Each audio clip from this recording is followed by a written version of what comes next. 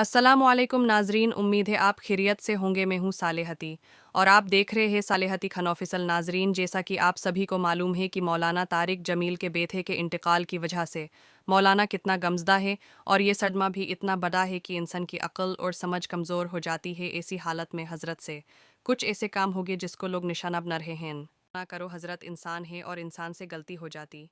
हंस कर उस वक्त जब उसका जवान बेटा चला जाए तो हज़रत अपने गम और दुख को इस वीडियो में बयान कर रहे हैं। आइए स्क्रीन पर हम आपको वो वीडियो दिखाते।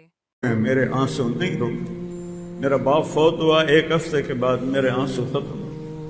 मेरी माँ फौत हुई, 1 हफ्ते के बाद मेरे आंसू खत्म।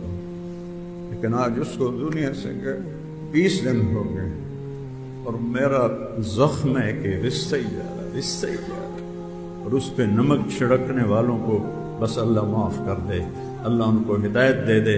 मैं किसी के लिए बद्दुआ नहीं करता हूँ, अपना जख्म आपको दिखाया है ताकि आप ये न कर, आपसे ये गलती ना हो।